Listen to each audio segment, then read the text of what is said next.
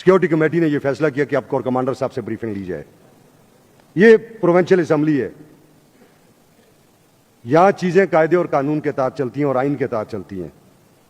آئین کی کتابیں جو اختیارات ہمیں دیتی ہیں ہم اس کے تحت کام کرتے ہیں. ہم قطعاً کسی ایسے ادارے سے تعلق نہیں رکھتے جو آئین کی کتابوں کے اوپر چڑھ کے کھڑا ہوا ہے.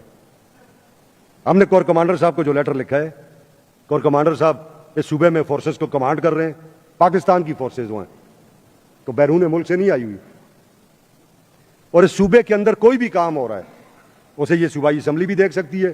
کوئی بھی ادارہ ہے, وہ وفاقی ادارہ ہے یا کوئی بھی ادارہ ہے, وہ فوج ہے یا کوئی دوسرا ادارہ ہے, اس کے معاملات کو بھی یہ صوبائی اسمبلی دیکھ سکتی ہے. آئین اسے اختیار دیتا ہے, اور اس کی اسپیشل سیکورٹی کمیٹی بھی اسے دیکھ سکتی ہے.